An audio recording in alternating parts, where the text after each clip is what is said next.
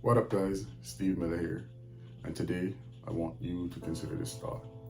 But there's a shipwreck out at sea, and following the shipwreck, there were only two survivors.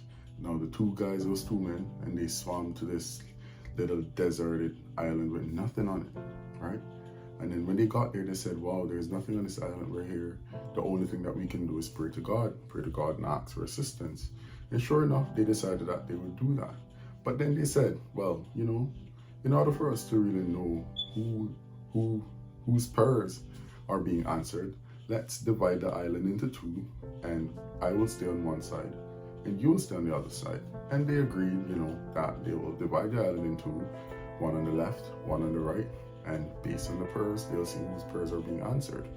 So on that day, the first man decided that he's going to pray for food. Sure enough, when he got up the following morning, he found a tree on his side of the island that had fruits on it that he could eat. So he did eat. The next guy had nothing, no trees were on his side. Then the first guy got lonely and he decided that he'll pray for a wife.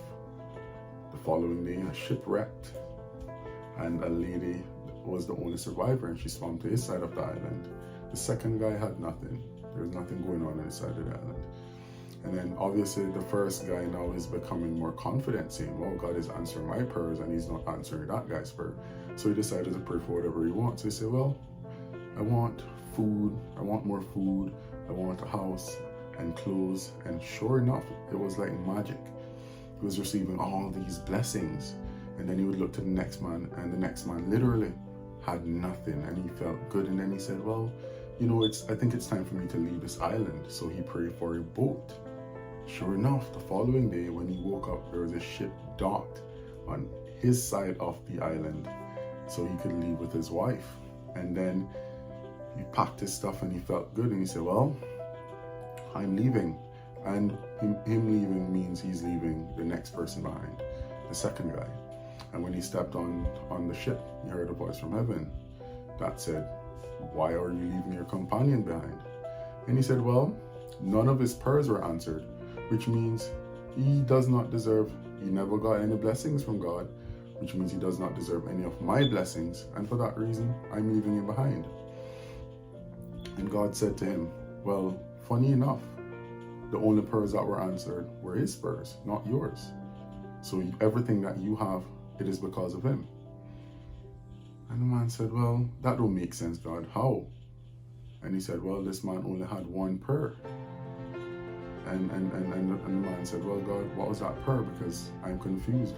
Why is it that I owe anything to this man?" And God said, "Well, his only prayer was that all your prayers be answered. And all your prayers are answered."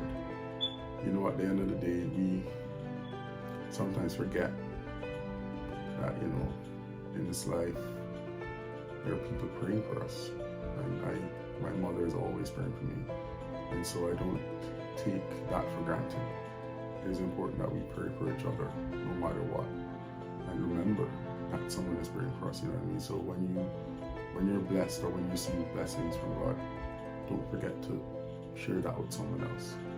Because you probably have that because of a prayer that someone prayed for you. Alright, Steve Miller, out.